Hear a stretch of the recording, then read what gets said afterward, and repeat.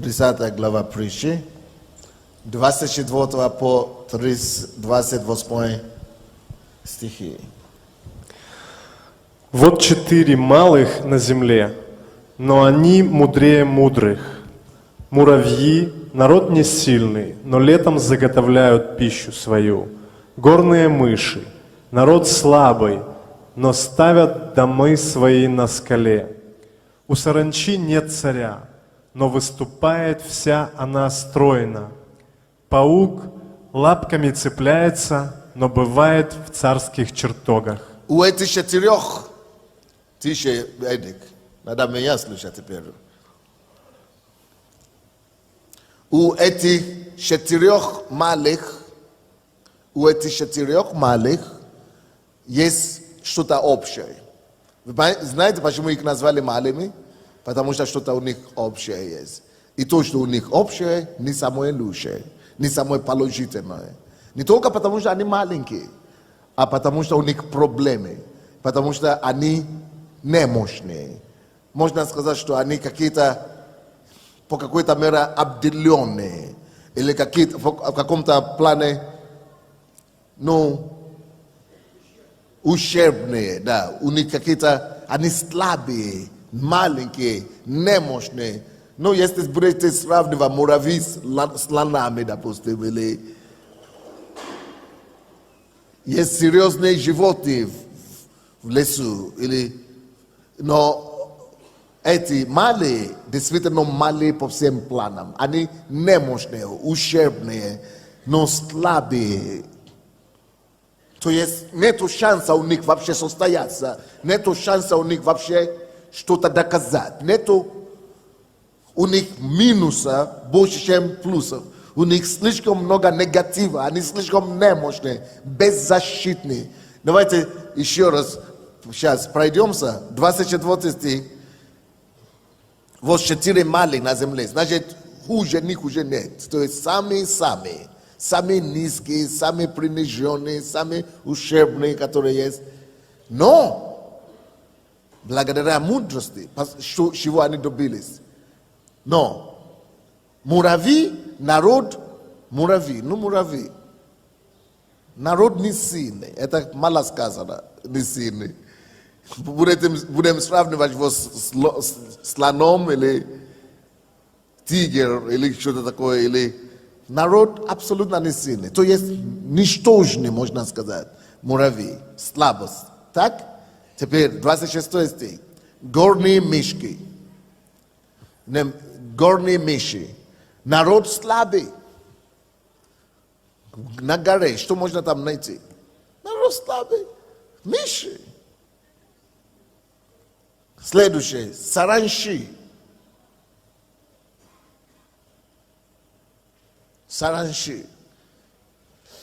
Слабый народ. Мало того, что слабый, саранчи, у них еще и царя нету. То есть нету лидера, нету мотиватора, нету учителя у саранчей. Паук. Слабый тоже. Слабый, немощный. О чем я хочу проповедовать сегодня? Слушайте, я даже не знал, как его формировать, по-русски. По-английски там мне уже получилось его формировать эту тему. Но вот по-русски не получается. Может быть, кто-то по-английски понимает, я скажу, может быть, можно перевести. То есть, кто-то жалуется на то, что у меня этого не хватает, а у меня это не хватает. Потом скажешь. У меня это не хватает, у меня это не хватает. У всех нас, ребят, братья и сестры, есть определенные какие-то слабости, недостатки в жизни. У всех. Не бывает людей без недостатков. Чтобы вы знали. Нет таких людей на свете, у которого все супер. У которых все отлично, все дано с неба. То есть все лучше всех. Не бывает так. Мы все имеем определенные слабости, мы все имеем определенные недостатки. Не бывает людей без недостатков. Не бывает людей без ущерба. Мы все имеем какие-то ущербности. Но вот слово на английском мне нравится как инвалидность, такое слово звучит, что мы все имеем какой-то хромота, какой-то ущерб, порог, ущерб. Дальше синонимы придумаем. Порог, дефект, малосилие, изъяны, изъяны, наверное, самое лучшее слово. Вот все мы имеем изъяны. Но самое главное изъяны в жизни не физические изъяны. Самое главное изъяны в жизни не то, что не хватает таланта. Самое главное изъяны, которые в жизни не то, что что-то не дано, или не в той семье родился, или не мог иметь детей, или не замужем, или... Это все такое. Самое главное изъяны в жизни – это то, чего нет у этих людей. Они осознали свои слабости, свои изъяны, они видели свои пороки, свои ущербности по жизни, но благодаря труду они преодолели самый главный изъян и порок жизни. И самый главный этот порок жизни, да, и изъян. В чем она заключается? Это самый главный паралич или изгиб, или изъян жизни называется лень. Лень.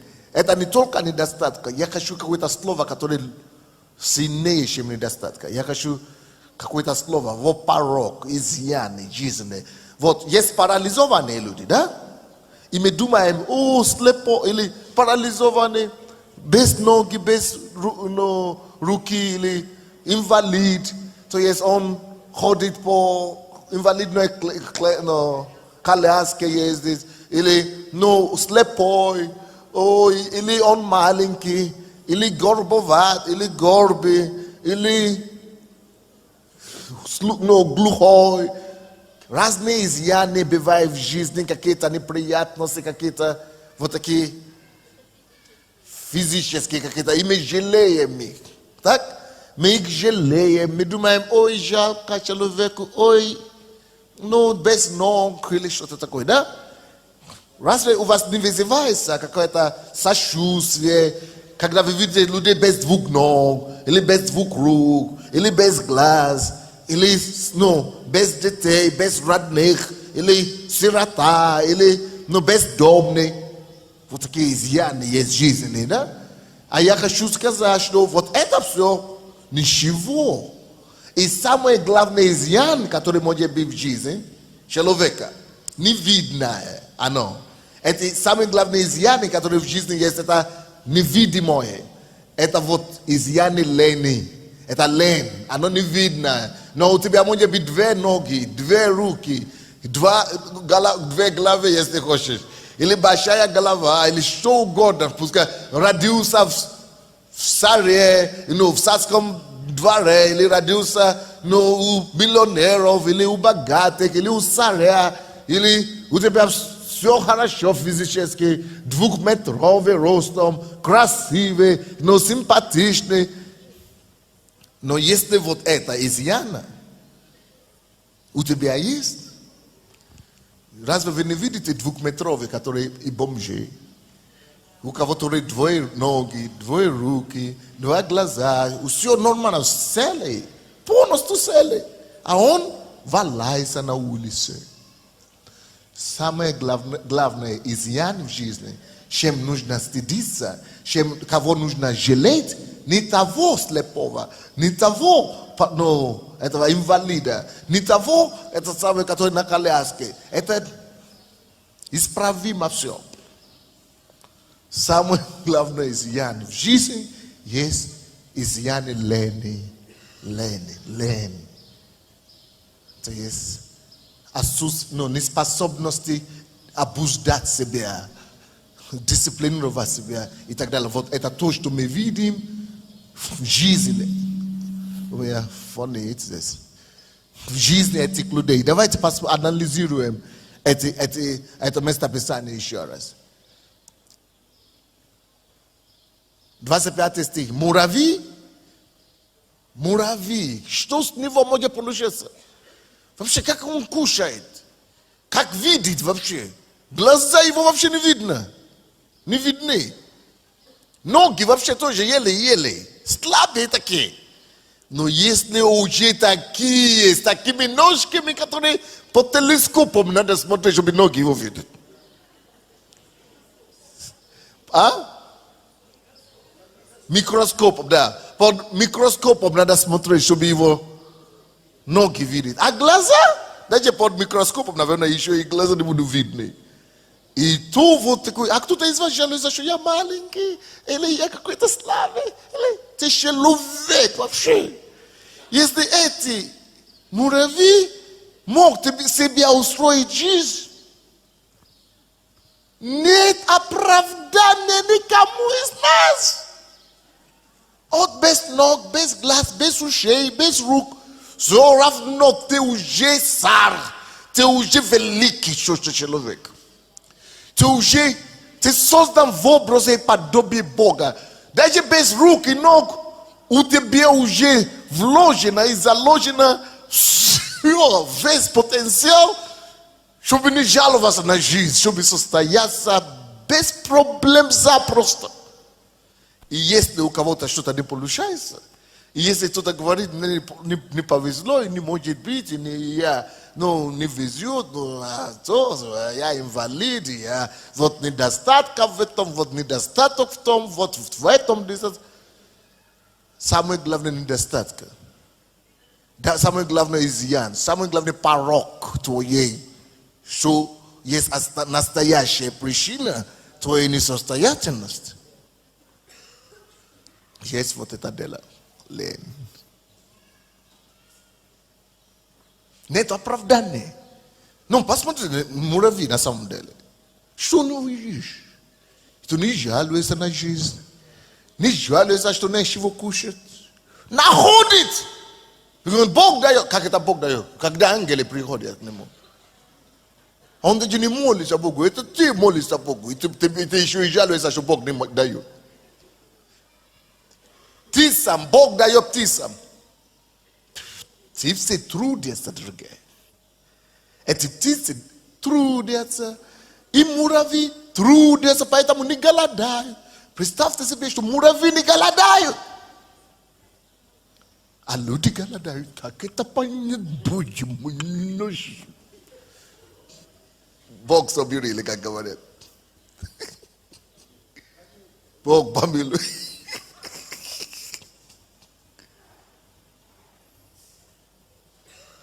Люди жалуются, что нечего кушать. Люди жалуются, что... Да что вообще можно жаловаться? Если муравьи может выжить в этом же мире, в этой же планете, одинаково, в этом же городе Киева, не в Америке муравьи живут.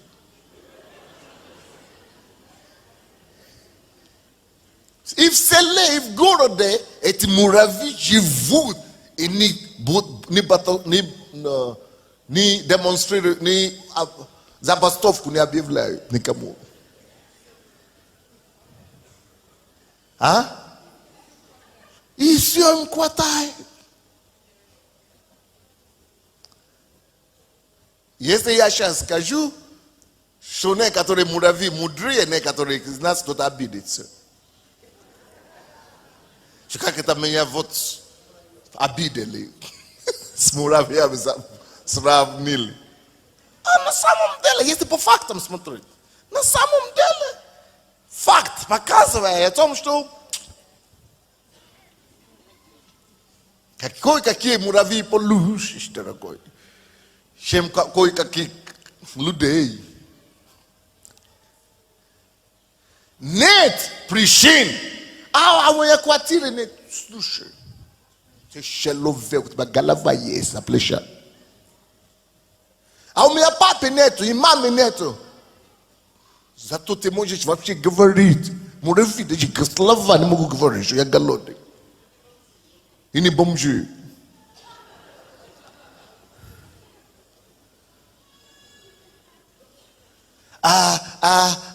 пенсию не дают. Слушай. У тебя ноги есть, можешь передвигаться можешь. Не знаю, люди такие жестокие. Это мир такой жестокий вообще. Ну, все плохо, все против меня. Вот у тебя в голове это все сидит. Все плохо в голове.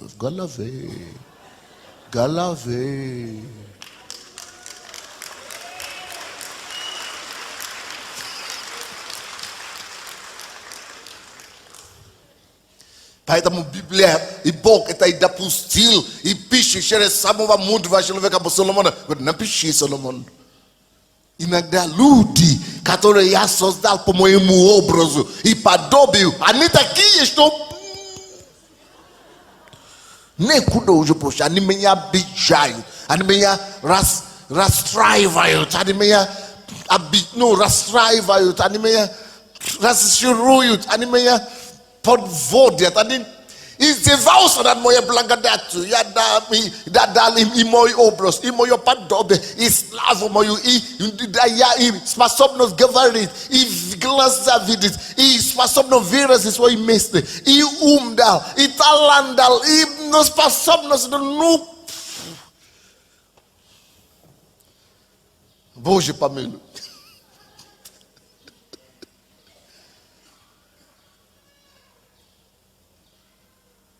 Самая большая инвалидность, вот как мне Ателов на английском его назвал, самая большая инвалидность жизни, или калека жизни, самая главная калека жизни заключается вот эта калека, вот это. Лень. Это самая твоя большая калека. Даже если без глаз. Да, инвалид. Но даже и то можно кем-то стать. Кто был на годовщине? Кто слышал свидетельство этого слепого брата? Что он творит? Что он делает? И когда один брат в церкви, мне только что сказали, этот человек мне сказал, что когда я сидел и увидел, что слепой и ходит, проповедует, он говорит, Боже мой, я начал перекаяться, сколько там уже все.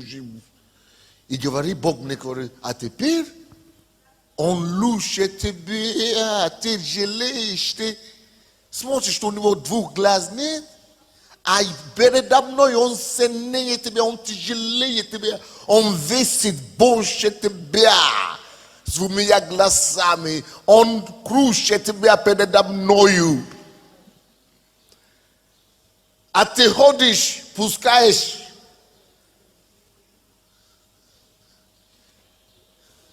Перли, себя какой-то еще, что ты жалуешь.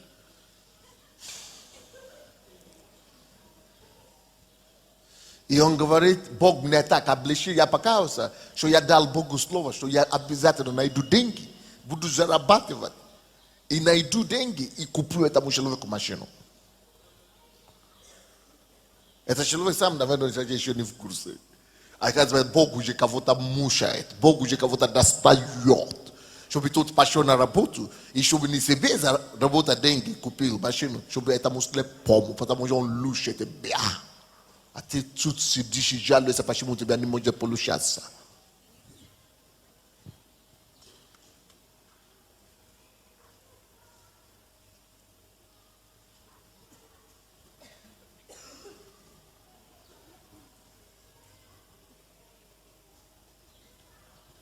Кто-то же видел эти, как их называется, парализованные ребята, как их, неваляки или как, кардашники или как, кардашники,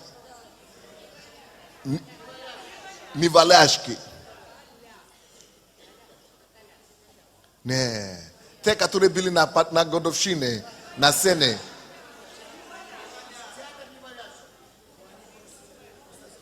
Как-то их называется, кардашники. Кардашниками. Вот, так и называют. Вот, посмотрите, да? И кардашник такой нашел и создал общественную организацию. Представьте. Прикинь. Заработать деньги. $600 зарегистрировал организацию нашего юриста. Ни ноги нету, ни руки нету. 2 года так пролежал и кричал. Не кушать не мог. И только потому, что Иисус пришел в жизнь. Благодаря этому он встал на ноги, не мог говорить до сих пор. И говорит, если Иисус пришел на мою жизнь, тогда нет оправдания для меня так кричать и лежать. Нет для меня оправдания. Если для него нет оправдания, то для кого тогда оправдание? О, Боже мой, я говорю, Боже, я никогда больше не буду роптать ни на что в жизни, никогда мой рот пускай ни на что будет, никогда больше не буду ни за что жаловаться больше, никогда на свете. Пока я тебя не увижу лицо к лицу. Чтобы я ни о чем больше не роптал, ни на жену, ни на детей, ни на дом, ни на страну, ни на государство. Все, ропот закончен. Если калдашники эти говорят, что у них нет оправдания, то грош нам цена, если у нас будет на что жаловаться. Вот самое, оказывается, наши изъяны, самое главное, наша инвалидность. Это инвалидность характера, инвалидность лени, инвалидность лени ума. Это лень, самая большая наша инвалидность, наша недостатка, наша ущербность, изъяны, недостатка и так далее. Муравьи и то выживают.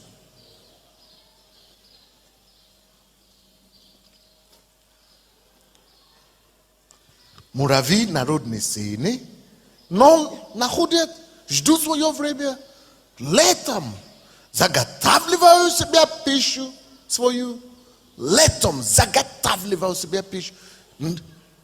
Да, если они выйдут зимой, то снег завалит. Они это знают. И не жалуются на судьбу, что вот, значит, Бог, ты несправедливый, значит. Как это ты знаешь, что мы не можем выходить зимой? И ты вот создал снег, чтобы нас затопить, да?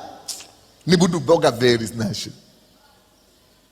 Мы слишком умные. Получается, Бог виноват, да? Что Он тебе дал чтобы рассуждать. Мы еще аргументируемся и находим причину оправдания.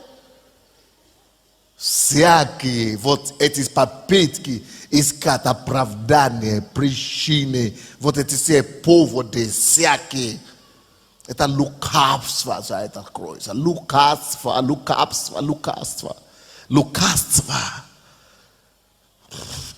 В основном лукавство. О, ко мне неправильно поступили, но не по-христиански, жестоко поступили. Ты поступи тогда как Христос. Нет повода, нет причин, чтобы мы ожесточили, чтобы мы не были неуспешными. Нет причин, чтобы мы не состоялись. Нет оправдания, нет причин, чтобы не состояться, чтобы не исполнить волю Божью на земле, чтобы не прославить Бога, чтобы не состояться, чтобы не реализоваться. Нет оправдания никаких, только если не хочешь. И порой мы просто не хотим признаться себе самому, что у меня лень. Лень моя проблема. Все, я повержен этой проблеме. Не могу поститься, не могу молиться, не могу вставать во время. Лень моя проблема. Все. И если это осознать, надо начинать бороться. Надо начинать объявлять войну против этого. Просто принять решение, что все, я определил себе, какую проблему, все, начну сражение, начинаю воевать против этой проблемы. Это моя проблема, значит, все. Не муж виноват, хотя он никакой, но это не тебе не причина. И не жена виновата, хотя она тоже никакая, никуда не годишна, но все равно не она виновна, сам виноват. Никакая причина не может быть, никакое оправдание не может быть, чтобы человек, созданный образом Божьим, мог оправдаться перед Богом, что у него что-то не может не получиться. Мы с вами знаем люди или людей, у кого ущерб физический или душевный или умственный, которые без того все равно состоялись. Томас Эдисон, да, который великий, который делал электричество, вот это все, лампу и все это, изобретатель, который больше 1000 у него изобретений. Он и бизнесмен, крутой бизнесмен. Вы знаете, он был 13 лет, был глухим, он оглох. Глухой, стал величайшим, ученым, изобретателем, бизнесменом, миллиардером. 13 лет возраста, 13 лет, глухой. 13, то есть не то, что позже в жизни. Если бы позже, мы бы сказали, он уже успел кем-то стать. А здесь 13 лет. По-моему, кто-то из этих великих музыкантов, то ли Бах, то ли тоже глухой был 4 лет, по-моему. Бах 4 лет оглохнул. 4 лет. А Бах 100 лет уже прошел, или сколько лет? А? Это Бетховен, по-моему. Бах попозже оглохнул. А Бетховен... Как? Бах ослеп, а Бетховен был глухой 4 лет. Бетховен был глухой 4 лет. И представьте себе, кем стал Бетховен. Так что не жалуйтесь на какие-то, вот почему я не такой, вот почему. Посмотрите на муравьи. Разве ваше состояние может быть такое плохое, чтобы оно было сравнимо с состоянием муравья? А? И при этом этот муравей все равно вылез из своего положения и состоялся. Горные мыши, мыши вообще. Если бы я вас сравнивал сейчас с мышами, вы бы обиделись. А порой они лучше нас с вами. Это же не я говорю, написано, Бог сам написал. Мыши, которые вы пренебрегаете, мыши. Порой умнее нас с вами. Порой способнее нас с вами. Порой разумнее нас с вами. Мыши. Церковные, которые мы говорим, что это вообще еще хуже, чем церковные. А в церкви не готовят кушать. А это еще на горе вообще. Горе, одна скала там.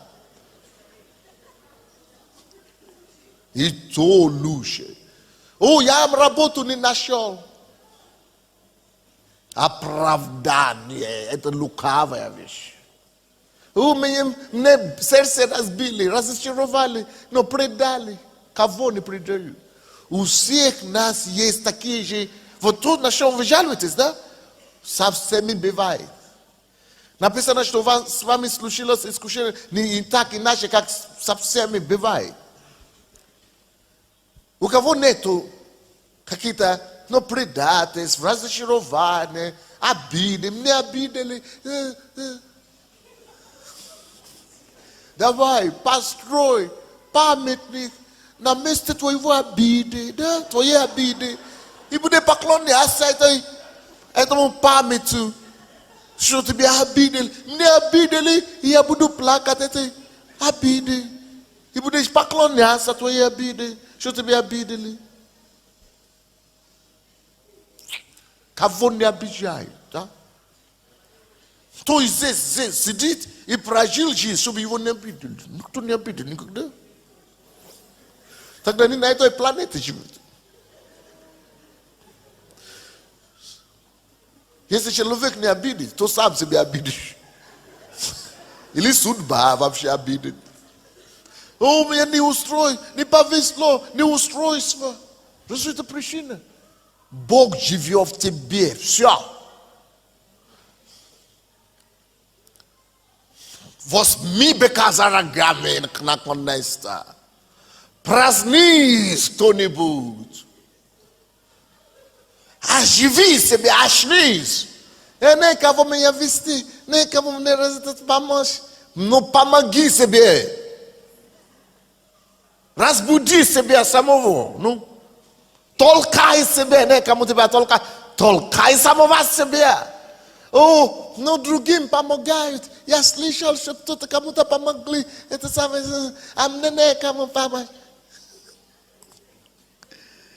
Ищите, найдете. Стучите, откроешь его. Простите, да не будет. Такие величайшие обетования у нас. Такой великий Бог у нас. Чтобы какое-то оправдание нашлось. Мы позорим Бога этим, друзья. Миши горные, народ слабый, но при этом ставят дома свои на скале. У кого нету здесь дома? Кто еще дом не построил? О, если миши могли себе построить дом. Еще и где? Пусть у тебя появляется мечта. Не живи в квартире с жизнью. Чужой квартире, причем, который не ты построил. Государство построило. Пусть у вас появляется мечта. Пусть у вас появляется видение. Пусть у вас появляется стремление, что если у Миши это появилось, получилось, значит я построю. Не сегодня, то завтра. Не завтра, после, но пускай видение это появится. Пускай эта мечта появится. Не дома, а тебе квартиру. Что-нибудь, а тебе хижину какую-то.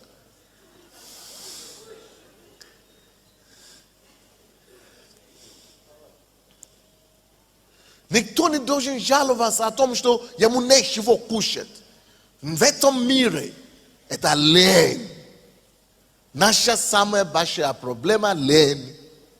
О, меня кинули или обманули, потому что ты не хотел работать. Ты хотел пролезть и без, за ничего, без усилия.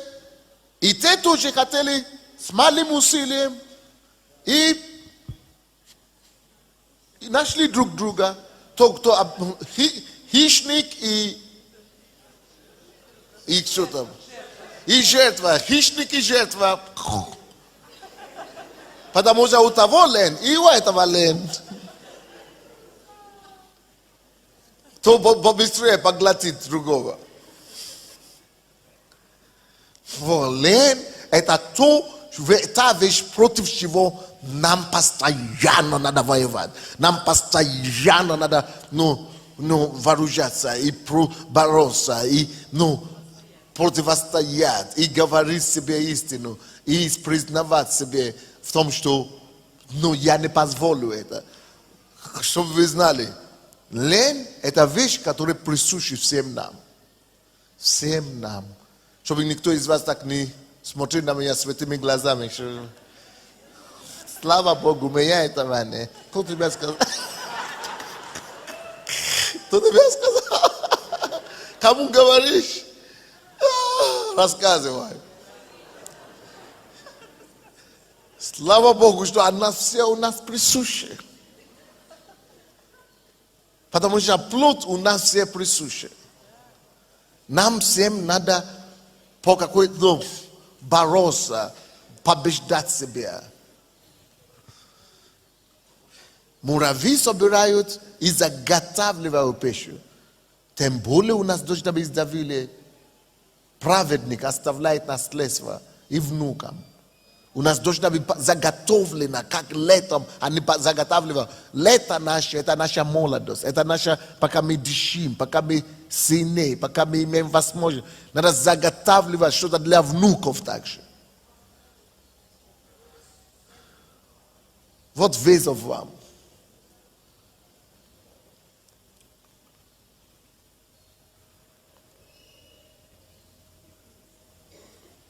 У саранчи нет царя, но выступает, вся она стройна, организуйте себя, возьми за себя, возьми за собой, организуй себя, подталкивай себя, не жди, чтобы какой-то лидер или какой-то кто-то тебе помогал. Ищи сам, толкай себя с места. Кто ищет, находит, написано.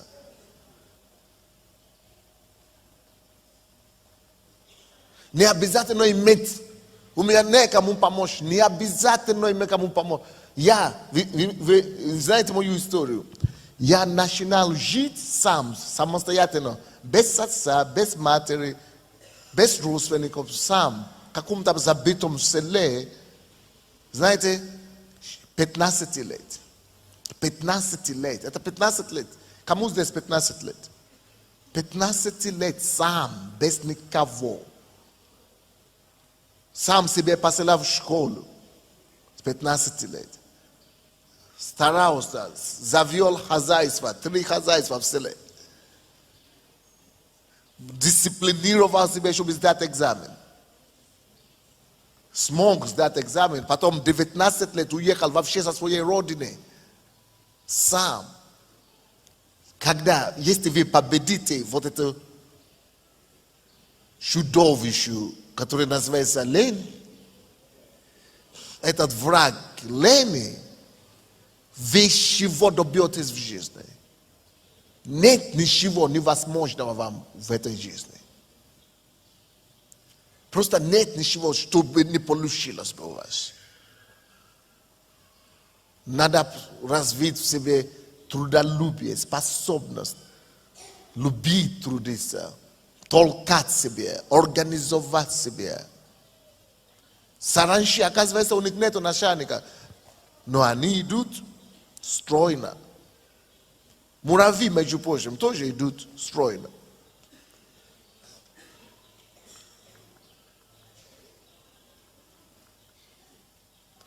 Что я обнаружил в жизни? Важный пункт, один важный условие, чтобы действительно состояться в жизни, это способность мотивировать себя. Это способность подталкивать себя. Это надо уметь способность мотивировать себя, будить себя ночью или днем, или утром, и толкать себя, заставлять себя двигаться. Вот эта способность мотивировать себя, она очень важную роль играет. Не ждите, пока что некому мне помочь. Помоги себе. А некому мне учить. Приобретай книги, обучай себя. Кто из вас знает, сколько мне было в Боге, когда я приехал сюда? 6 месяцев всего лишь. Кто меня научил, как я все это толкал себя к Слову Божьему, к молитве, книгам, литературам. Поиск самого себя толкайте. Нет причин, чтобы кто-то ходил, тем более в эту церковь, где постоянно толкают, где постоянно обучают, чтобы мы еще и говорили, что у меня что-то не получается. Вы помните, когда я когда-то говорил о том, что стать миллионером тяжелее стать лидером домашней группы или лидером в этой церкви, чем стать миллионером. Помните, я когда-то говорил? Тогда все говорили, пастор, ну понятно, может быть для вас, но теперь каждый день я встречаю кого-то, кто мне постоянно это повторяет. Что, пастор, теперь мы уже поняли, мы согласны. Правда вы говорите, легче стать миллионером, чем состояться в Боге. Потому что если ты смог состояться в Боге, это значит, у тебя дисциплина, это значит, у тебя целеустремленность, это значит, у тебя есть фокус, это значит, у тебя есть трудолюбие. Если это применять эти качества, любим к любой профессии и любой жизненной занятии, это запросто. Но вот иногда у нас есть к Богу рвение, но вот в основном лень. А если такую мотивацию понять, такую же энергию, такое же трудолюбие поднимать, как в церкви, как для Бога, так и для себя, или так в жизни, мы обнаружим, что мы будем не позором Богу, а славой Ему.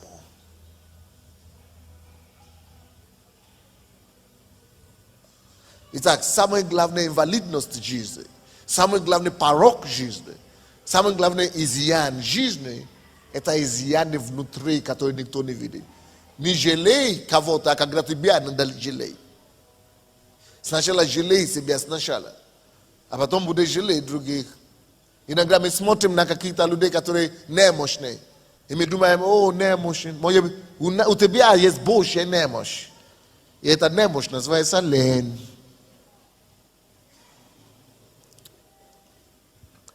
Паук лапками, вот, что такое паук? Находя способы, чтобы строить паутинники лапками своими, лапками своими, цепляется лапками, но зато доходит до царского чертога, до царских чертоги. То есть, как Бог говорит, что Бог нам уже делает, если будет желание, и если труд будет приложен к этому, нет оправдания, товарищи, но братья и сестры. Оправдания. Давайте посмотрим историю, еще одну историю инвалидов. Но какие инвалиды спасли города, как инвалиды спасли воинов, как инвалиды спасли целую армию. А те инвалиды, но потому что они решили что-то делать, они приложили усилия, они что-то, они отказались от лени. Инвалиды без ног, потому что они, как это, лепросы, как это, прокаженные. Уже съела их пальцы и ноги и так далее. Но вот прокаженные спасли теперь войска, целая армия. Потому что нету лени у этих прокаженных, той, что есть у целой армии. 4 книга Царств, 7 глава. 4 книга Царств, 7 глава, 3 по 9 стихи.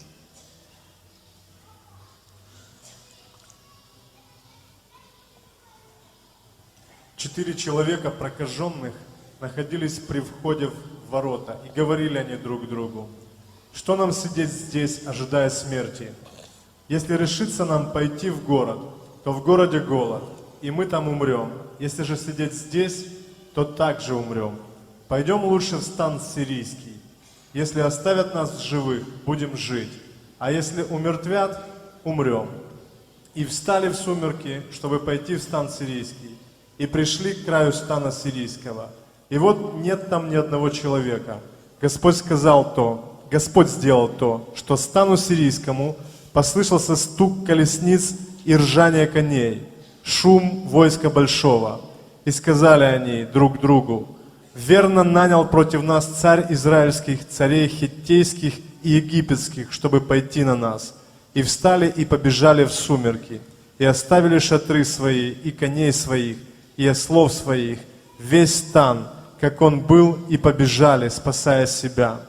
И пришли те прокаженные к краю стана, и вошли в один шатер, и ели, и пили, и взяли оттуда серебро, и золото, и одежды, и пошли и спрятали. Пошли еще в другой шатер, и там взяли, и пошли и спрятали. И сказали друг другу: не так мы делаем. День сей, день радостной вести, Если мы замедлим и будем дожидаться утреннего света, то падет на нас вина. Пойдем же и уведомим дом царский. Спасибо. Что случилось? Здесь была война между Израилем и соседами, врагами, да? Другие народы. И сирияне, да? Или? Сирийцы. Сирийцы. Вот и сирийцы окружили город, как блокада, которая в Ленинграде была. Блокаду сделали. Но за городом уже выслали до войны эти прокаженные, потому что в город им нельзя жить, чтобы не заразить других людей. И когда, но эти люди, которые в блокаде были, армия и так далее, боялись выйти из блокады. Потому что блокада, значит, тебя их убьют. И пока они там трясутся, боятся внутри блокады, это эти, которые прокаженные, которые вроде бы не годятся вообще для общества, они сказали все, потому что им приносили пищу из города туда, но когда блокада, некому им принести еду, значит, они бы умерли там от голода. Поэтому они говорят, давайте мы что-нибудь сделаем, чтобы мы проползем, но доползем до города, чтобы там здесь не умрать от города. Они знают, что там армия. Они говорят, если останемся здесь от голода умрем, но если ползем до города, но нас убьют эти сирийцы, враги. Но хотя бы нас убьют в пределах действий. И решили двигаться. А пока они двигались, те, которые окружали, блокаду создали, да, окружали, они начали слушать шум. Бог сделал так, чтобы их шум был как тысячи колесниц. То есть, потому что они действовали. Если ты будешь действовать, Бог умножит всякое твое действие на 100 крат. Бог умножит всякое твое действие на 1000 крат. Больше, чем ты мог двигаться, представь себе. Вот, они начали двигаться так, ползать, и Бог настолько начал умножать их шум, их движения, что это как войска идут. И те, которые создали блокаду, убежали в другую сторону, оставили блокаду. И вот так они спасли города. И войска, армия целая, которая должна была делать движение, не доверились Богу, что Бог может увеличить их силы. Слушайте, друзья, эти люди, прокаженные, могли бы жаловаться и говорят, мы же вообще слабые, нас вообще убьют. Страх неизвестного, страх делать первый шаг могло бы удержать их. Они могли бы делать ударение на свои недостатки и могли бы сказать, вот мы же имеем оправдание, чтобы ничего не делать. Но они не нашли, они не сделали это, они не сделали ударение на свои какие-то слабости. Друзья, давайте я вам скажу, причина, почему мы с вами постоянно жалуемся на наши какие-то слабости или недостатки, или какие-то обстоятельства, только потому, что мы еще не нашли в себе достаточной силы, чтобы победить лень. Если мы победим лень, мы обнаружим, что труд и через труд мы сможем запросто труд победить эту нашу несостоятельность и нашу слабость, о которой мы говорим. То есть труд бы его победил. Через труд мы бы нашли выход.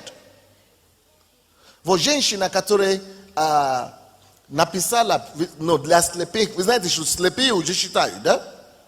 Слепые считают, у них свои буквы и так далее. Да, азбука слепых. Это сам слепой человек сделал. Человек, который слепой 4 лет, нашел и придумал. И потому что труд, через труд он нашел выход из своей несостоятельной ситуации. То причина, почему мы с вами еще жалуемся на какие-то условия, обстоятельства. Мы жалуемся только потому, что мы еще не победили лень. Если мы победим эту лень, Eto pabeda na deto elenu nashlo be davelo be do nas do reshade. Maybe nashli sile sibia through this attack should be pabedit to nida start kutu ushebnos katore me vidim. Pashimu me isho vidim ushebnos eta nida start ki eta patamusha me isho ni nashli sibia sile patrudisia should be yo pabedit. Paduma ite sishas attack visha katore veja lo ite soye Jesus. Jest wynajdziecie sobie silu na się trudisa w tym направлении. Обнаружите, что вот это победимо, это все ущербность, слабость. Это победимо, только надо найти в себе силу, идти против него и победить. Точно так же, как у всех нас есть слабости, точно таким же образом у всех нас есть какие-то сильные стороны, какие-то преимущества. Надо найти также себе силу, потрудиться, чтобы найти и обнаружить эти преимущества, эти способности. Но эти способности скрыты в нас. Но чаще всего видны нам и замешаем мы именно недостатки. Дьявол хочет, чтобы мы замешали именно то, что не так. Но если мы приложим усилия, чтобы учиться, чтобы изучить себя, чтобы исследовать самого себя, обнаружим, что слушай, у нас масса преимуществ, масса всего хорошего в жизни есть. Масса просто, не то, что одно-два, масса, изобилие. Но это обнаруживается через труд, через самоизучение, изучение окружающего, самообразование, учебу над окружающими условиями и так далее. Вот это учеба, вот это труд, вот это изучение, вот это познание и дает способность победить и обнаруживать то, что у нас, мы думали, что чего у нас нет. То, что мы часто восхищаемся в других, тоже у нас есть. Только нужен будет труд, чтобы это выкопать у нас, чтобы это обнаружить. А те, которые у нас недостатки, которые есть, мы часто сосредотачиваем внимание на них, потому что мы еще не потрудились, чтобы от них избавиться. Как только что мы потрудимся и поработаем побольше, мы бы избавились запросто, мы даже бы не помнили, что у нас их нет. И что у нас их они были. Так что все ваши недостатки, изъяны, которые вас достают, они там просветают, они там достают вас, они там расширяются и пускают корни в вашей жизни, потому что вы еще не нашли себя в силу, чтобы объявить войну им, чтобы начинать трудиться, работать над этим делом. Как только вы начнете работать, влияние и силу этих изъяний на вас начнут уменьшаться. Эти слабости в вашей жизни начнут уменьшаться. Эти все слабости исчезают, как только вы начинаете работать над ними. И вы даже забываете, что у вас когда-то были эти слабости. Все победимо. Но только через труд. И дисциплина. Ни у кого нету ничего совершенного, что у меня все хорошо. Нет, всем нам надо что-то победить. Всем нам надо что-то изменять. Всем нам надо что-то все равно постоянно работать. Не говорит, ему повезло, у него поменьше таких изъян. У всех нас букет таких недостатков и изъян. Но у кого их меньше, тот, который больше всего трудился над собой. Я помню, какие у меня были всякие комплексы тоже раньше, когда я рос. Просто не могу говорить. С детства я всегда, надо мной всегда смеялись. И меня назвали ну, какой-то кличкой такой плохой называют, что я низкий, африканцы бывают такие высокие, стройные. А я самый низкий, я второй самый низкий человек в школе, где я учился. Представьте себе. Я самый низкий, ну, два человека, одного только выше был. И я был еще и такой, а они все стройные такие, и знаешь, обзывали и так далее. Пока я это не победил. Я думал, Боже мой, мне не повезло, Бог несправедлив ко мне. Это все сидит здесь. Это изъян головы. Если я не буду воспринимать его, у меня нет изъян, я нормальный. Я его искореняю отсюда трудом, так и я и нормальный, оказывается. Даже высокая жена согласилась за меня выйти замуж.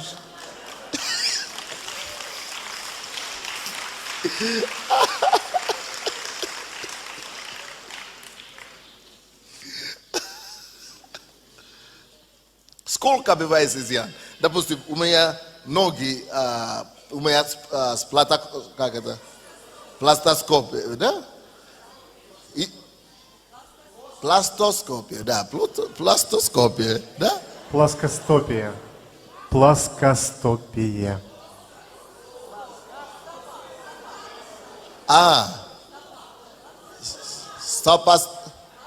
Пластостопия. Да. Пластостопия, понял, пластостопия.